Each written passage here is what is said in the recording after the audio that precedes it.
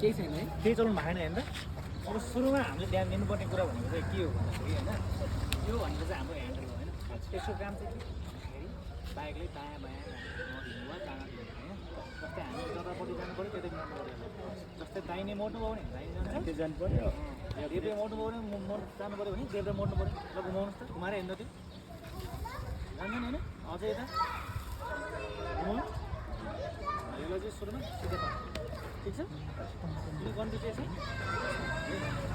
यसमा चाहिँ हाम्रो सुरुमा नचल्ने दुईवटा ब्रेक हुन्छ है कुन चाहिँ चाहिने दुईवटा ब्रेक एउटा यो फुट ब्रेक जो चाहिँ खुट्टाले हामी पछाडिको ब्रेक होइन अर्को कस्तो भनेको यसको चाहिँ यो चाहिँ कताको भन्दाखेरि अगाडि फुट ब्रेकको काम चाहिँ के भन्दाखेरि अब हाम्रोमा मेन ब्रेक चाहिँ अर्कोमा ब्रेक हो किन भन्दाखेरि जहिले पनि हामीले समय पछाडिदेखि एकैचोटि अगाडिको हाल्दाखेरि बङ्गलामा लग्ने है बुझ्नु भएन अब चाहिँ यो ब्रेकको काम चाहिँ के ब्रेक समाउनुहोस् त पहिला पछाडिको समाउनु पऱ्यो सम्झि के थरी पर्नुभयो भने पाक्नु हो कुन हो ठुलो सुनको ल अब रोकेर बसेर मलाई भएन होइन दिदी उठाउनु सिक्नु पऱ्यो सुरुमा हामीले ब्रेक हान्न नजाने अन्त उठाउनु जान्ने कुरो भएन होइन ल अब दुइटै खुट्टा यो यता खुट्टा घुम्नु अगाडि हेर्ने र ब्रेक समाउनु रोक्नु त भन्ने बेलामा सुरुमा के गर्नु पऱ्यो भने ब्रेक समाएर है यो खुट्टा घुम्दै अगाडि हेर्नु रोक्नुहोस् त अब सेकेन्ड स्टेप भनेको हाम्रो यो चाहिँ यतापट्टि यो दुईपट्टि भन्दा यसको काम चाहिँ के भन्दाखेरि यसको चाहिँ जम्मा दुईवटा काम हो बुझ्नुभयो यसको चाहिँ काम के भन्दाखेरि एउटा ब्रेक समाउँदाखेरि दुई काम होइन अनि अर्को भन्दाखेरि यो चाहिँ बुझ्नुभयो के हो अरे यसको काम रुट्दाखेरि समाउने एउटा गियर चेन्ज है कसरी भन्दाखेरि चाहिँ अब यतिकै उ गरेर त हुँदैन होइन अब हामीले जस्तो बाई चान्स अब बाइक घुडिरहेछ मानौँ एकछिन उदाहरणको लागि अब बाइक घुडिरहेछ नि हाम्रो रोक्नु पऱ्यो भन्दाखेरि चाहिँ सुरुमा हामीले के गर्नु पऱ्यो भने सबैभन्दा अगाडि क्लच समाउनु पऱ्यो एक नम्बरमा क्लच समाउनु पऱ्यो त्यसपछि ब्रेक उताको है म तपाईँले रोक्नुहोस् भन्छु तपाईँ गर्नुहोस् है त ल रोक्नुहोस् त क्लच भएपछि एकदम पुरै है पुरै यसरी नै है समाउनु पुरै समाएर राख्नु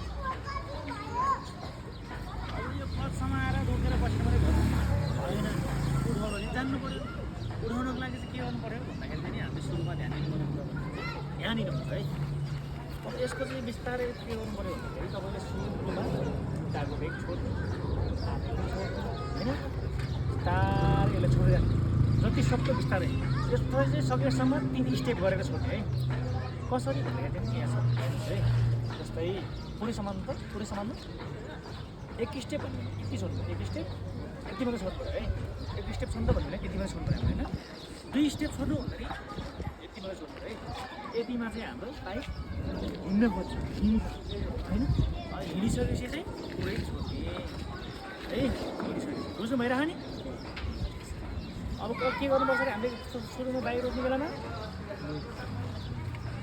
ल अगाडि हेरेर गर्नुहोस् त ल रोक्नुहोस् त ल उठाउनुहोस् त एकैचोटि सोच्नु भयो यो चाहिँ हामीले जति सक्दो बिस्तारै छोड्ने है आसान नम्बी अब तपाईँले यो रोक्ने उठाउनु सब सिक्नुभयो नि सिक्नुभयो होइन अब हाम्रो मेन है यो चाहिँ हाम्रो गियर है गियर हो है अब यो सुरुमा हामीले यो चाबी अनलोड भयो भयो होइन होइन यसमा के देखिरहेको छ हो न्युट्रल देखाइरहेको छ नि होइन न्युट्रल भनेको चाहिँ के हो त न्युट्रलमा हुँदैन चाहिँ जति एक्सिलेटर बनाएर नि जे गरे पनि कुद्दैन किन त किनकि न्युट्रलमा छ अब यसको चाहिँ के हुन्छ भने दुईवटा हुन्छ है यसमा। जस्तै अगाडितिर 2 स्टेप हुन्छ, अगाडि 1 स्टेप भनेको अगाडितिर खिच्दै गयो भने त्यो 1 माइनस हुँदै जान्छ। अनि पछाडितिर खिच्यो भने खिच्नु हो भने त्यो 2 माइनस 2 प्लस हुन्छ, 1 प्लस हुँदै जान्छ, 1 प्लस प्लस हुँदै जान्छ। जस्तै 1 बाट 2, 2 बाट 3 त्यसो हुन्छ है। ल अगाडि खिच्नु त, अगाडि खिच्नु त प्लस गयो खिच्नु है। अहिले केमा छ? न्युट्रलमा छ हैन। ल 1 गियर हाल्नु त गयो, एन बलिरहेछ, प्लस चाहिँ पुरै सम्झनु, एन बलिरहेछ किन त? गियरमा गयो, गियरमा जाँदाखेरि एन बल्छ त? अब त हामीले कसरी थाहा पाउनु पऱ्यो गियरमा गयो भने एन बलेन भने गियरमा होइन, एकचोटि क्यारेक्ट गरेपछि 1 गियरमा गयो। अब हामीले कुनै पनि यो बाइकको जतिसुकै गियर बढाउँदै जाओस् त्यसमा यति गियर भनेर देखाउँछ र देखाउँदैन।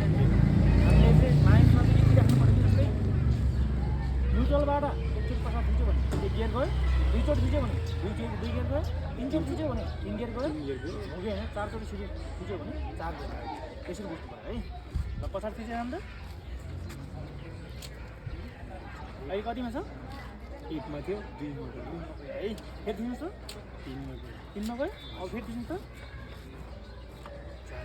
4 मा गयो, लेख्नु पर्दैन, फेरि दिनुहोस् त, कतिमा छ? 5 मा छैन। अब यो सुन्नु त, यो केटेक नगर्नु भनेको चाहिँ यसमा अघि हाम्रो गियर हाल्ने क्याटेक गर्छ नि होइन, अहिले केटेक गरेको छ छैन नि होइन। त्यो भनेको चाहिँ हाम्रो यो बाइकको गियर चाहिँ जम्मा 4 सम्म छ रहेछ भनेर बुझ्नु पऱ्यो। बुझ्नु भयो नि? ल अगाडि घटाउँदै जानुहोस् त 1 स्टेप। अहिले कतिमा छ? 3 मा छ। फेरि 1 स्टेप बढाउनु, अगाडि फेरि 1 स्टेप बढाउनु। अहिले कतिमा छ? 2 मा, फेरि 1 स्टेप बढाउनु, कतिमा छ अहिले? फेरि 1 स्टेप दिनु, अलिक पुगेन, अलिक जस्तो पुग्नु,